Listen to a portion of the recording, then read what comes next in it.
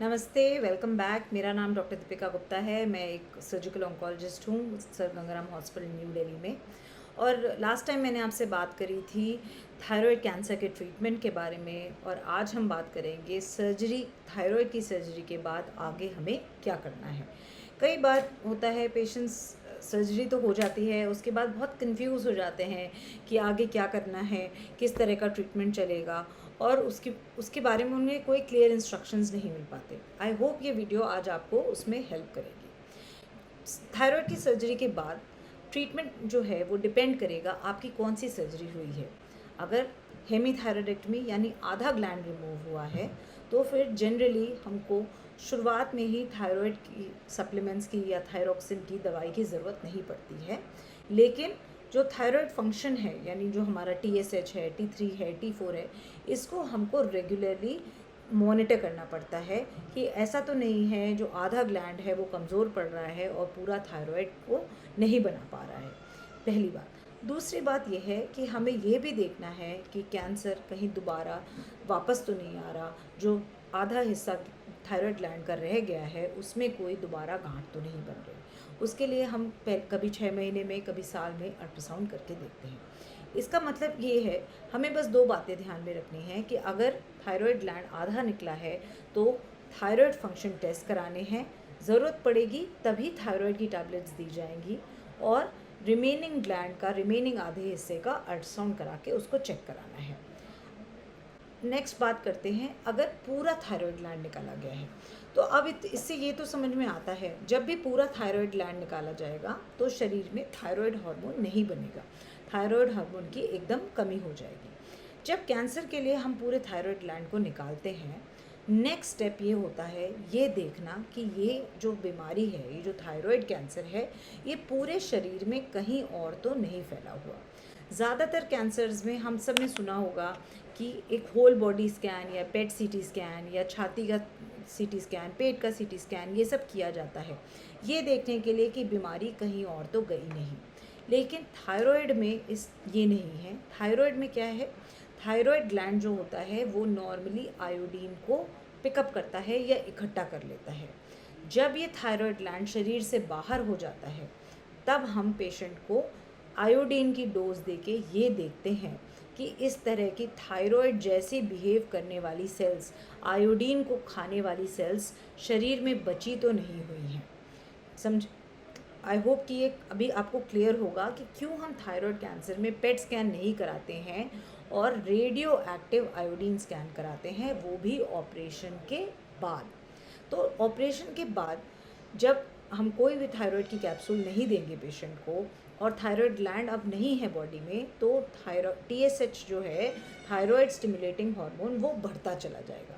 जब ये TSH 30 से ज़्यादा हो जाता है, जनरली इसमें ऑपरेशन से लेके 4 से 5 हफ्ते लग जाते हैं।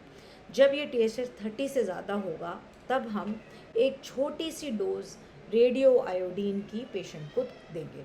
इसको जनरली टैबलेट के फॉर्म में दिया जाता है और इसको हम बोलते हैं रेडियो आयोडीन स्कैन। ये जो रेडियो आयोडीन है, अब थायराइड जैसी जो भी सेल्स होंगी जो कि आयोडीन को खाती होंगी, उनको हमारे शरीर में डिटेक्ट करेगा या उनका पता लगाएगा।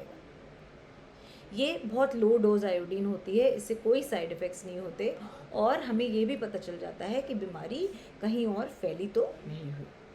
अगर इसमें ऐसा निकल के आता है कि ये जो बीमारी है वो लंग्स में या हड्डियों में फैली हुई है, कहीं भी फैली हुई है, तो उस केस में हम क्या करते हैं, तब उसको बोलते हैं रेडियो आयोडीन थेरेपी।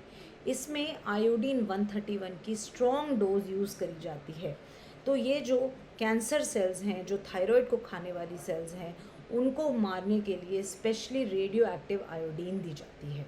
ये रेडियो एक्टिव आयोडीन ट्रीटमेंट लेने के लिए हमें कुछ दिन हॉस्पिटल में भी एडमिट रहना होता है, और उसके बाद भी कुछ प्रिकॉशंस लेने होते हैं, जैसे कि प्रेग्नेंट फीमेल्स और बच्चों से दूर रहें। ये ट्रीटमेंट लेने के बाद 1 साल तक प्रेगनेंसी नहीं करनी है। कुछ स्पेशल प्रिकॉशंस होते हैं नेक्स्ट 1 वीक के लिए। जैसे आपका अभी रेडियो आयोडीन ट्रीटमेंट हुआ है तो कोशिश करिए नेक्स्ट 2-3 दिन तक आप बहुत ज़्यादा भीड़ वाली जगह में ना जाएं, पब्लिक ट्रांसपोर्ट ना यूज़ करें, पानी खूब पिएं, ठीक है। और किसी के साथ सेम प्लेट में ना खाएं। ये सारे जो भी प्रिकॉशंस हैं ये सिर्फ कुछ दिनों के लिए हैं, नेक्स्ट 1 वीक के लिए हैं ज़्यादातर। उसके बाद आपको फिर से थायराइड की टैबलेट्स शुरू कर दी जाएंगी, ठीक है। तो ये अब समझने वाली बात है कि थायराइड कैंसर के ट्रीटमेंट में ये फ़र्क है। सर्जरी हुई, सर्जरी के बाद आयोडीन स्कैन किया गया ये देखने के लिए कि शरीर में कहीं और बीमारी तो नहीं गई हुई। जब वो अगर उसमें कहीं और बीमारी गई हुई है तो हम उसके बाद आयोडीन ट्रीटमेंट देते हैं उन सेल्स को मारने के लिए, और फिर उसके बाद पेशेंट को थायराइड रिप्लेसमेंट स्टार्ट करते हैं। अब ये जो थायराइड रिप्लेसमेंट है इसको डॉक्टर आपके बहुत स्ट्रांगली कंट्रोल करेंगे। ऐसा क्यों है? हम आपके बॉडी में जो एक TSH है उसको दबा के रखना चाहते हैं, डिपेंडिंग अपॉन कि कैंसर कितना अग्रेसिव था। इसलिए बार बार चेकअप होता है, नेक का एग्जामिनेशन करता है डॉक्टर, बार बार थायराइड फंक्शन टेस्ट होता है जिसमें TSH, T3, T4 ये सारे टेस्ट किए जाते हैं। एक सीरम थायरोग्लोबुलिन करके टेस्ट होता है वो किया जाता है, और अल्ट्रासाउंड नेक किया जाता है। इसलिए बहुत ज़रूरी है कि सर्जरी कराने के बाद अगर आपको आयोडीन ट्रीटमेंट की ज़रूरत है तो वो लिया जाए, और उसके बाद रेगुलर फॉलोअप मेंटेन किया जाए। Thank you. आई होप आज आपको ये मेरी बातें जो हैं इन्होंने आपके कुछ डाउट्स को क्लियर किया होगा कि थायराइड के बाद थायराइड स्कैन क्या होता है, थायराइड एब्लेशन या थायराइड का ट्रीटमेंट क्या होता है, और किस तरह से फॉलोअप मेंटेन करना चाहिए। अगर आपको वीडियो पसंद आया तो प्लीज़ लाइक करिए और सब्सक्राइब करिए। Thank you.